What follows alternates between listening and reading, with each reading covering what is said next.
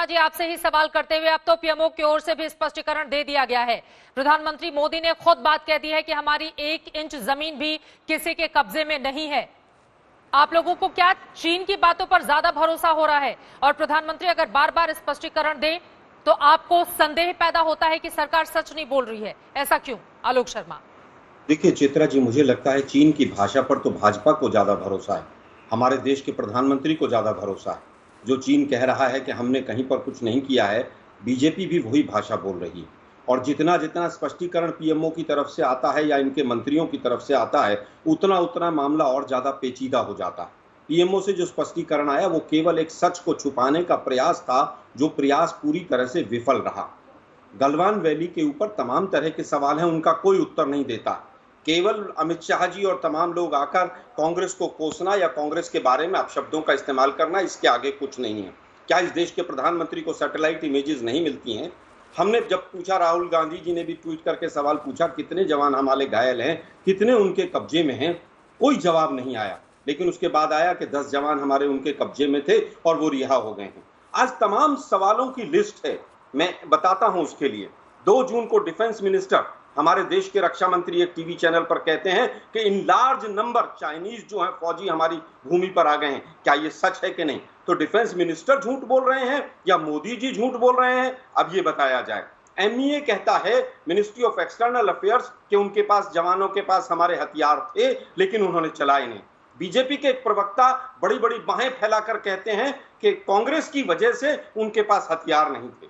19 BJP क्या MEA का जो बयान, आलोक शर्मा जी, बीजेपी के प्रवक्ता का आप हवाला दे रहे हैं। विदेश मंत्री ने कहा है 1996-2005 की संधि की वजह से उस सरहद पर हथियार चलाने की इजाजत नहीं है। क्या कांग्रेस पार्टी को यह बात पता नहीं है? आलोक शर्मा जी, चित्रा जी, कांग्रेस पार्टी को तो सब कुछ पता है, लेकिन 1966 का हवाला आप देते हैं कि 1966 में ऐसा था।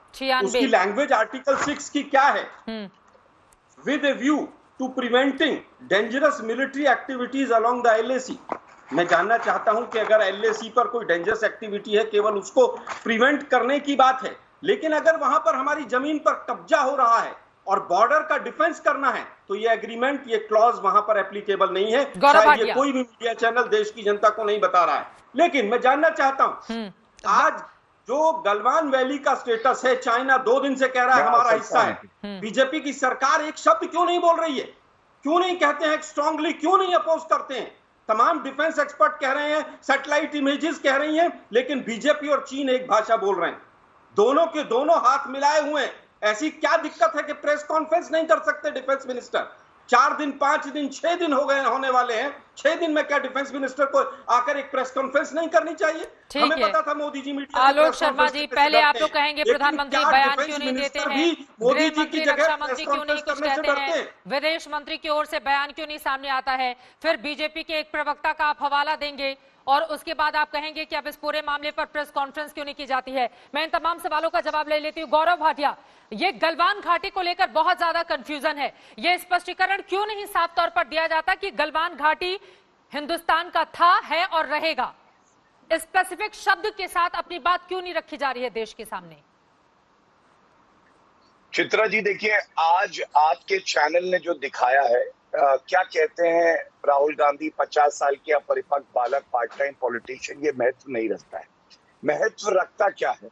जो बलवंत सिंह कहते हैं, एक घायल फौजी जो देश के प्रति समर्पित है, जिसने कसम खाई है कि मैं भारत की जो मिट्टी है उसकी सेवा करूंगा, वो उसके पिता कह रहे हैं, घायल सैनिक हैं, और वो कहते हैं कि हमारी सेना मजबूत है, और वो नाम लेके कहते हैं, चित्रा जी, राहुल गांधी राजनीति मत करो, ये अच्छी बात नहीं है।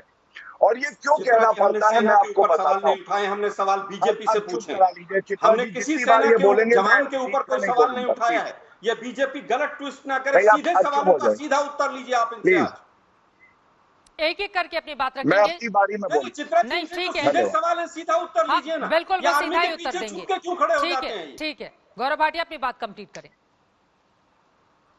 चित्रा जी, मैं समझता हूं ये थोड़ा सा आपत्तिजनक है कि 2-3 मिनट बोलते हैं कांग्रेस के प्रवक्ता, फिर जब विकेट उखड़ जाता है तो 10-15 सेकंड में चीखने चिल्लाने लगते हैं। जैसे 50 साल का परिपक्व बालक करता है।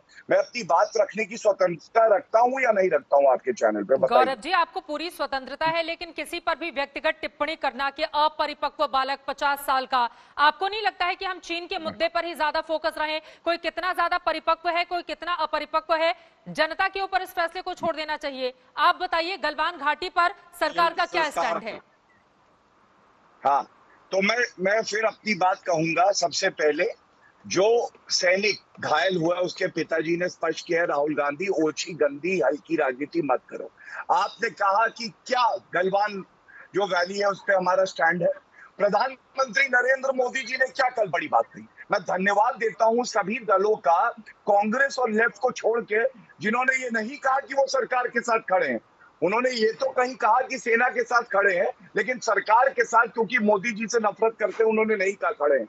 और मोदी जी ने जो कहा, एक एक इंच, चित्रा जी, एक एक इंच की जो भूमि है वो सुरक्षित है और भारत के कब्जे में है, कोई छीन नहीं सकता है। दूसरी बात उन्होंने जो बड़ी महत्वपूर्ण कही, उन्होंने कहा कि जो हमारी सेना है उसको खुली छूट दे दी गई है। एक समय ऐसा था 38,000 किलोमीटर जो वर्ग किलोमीटर का क्षेत्र था चला गया हमारे पास से, चीन के पास। कांग्रेस की सरकार थी। आज मैं उस पर नहीं आऊंगा। मेरा एक प्रश्न है, ये इंफॉर्मेशन कहां से आती है, क्या कांग्रेस बताएगी?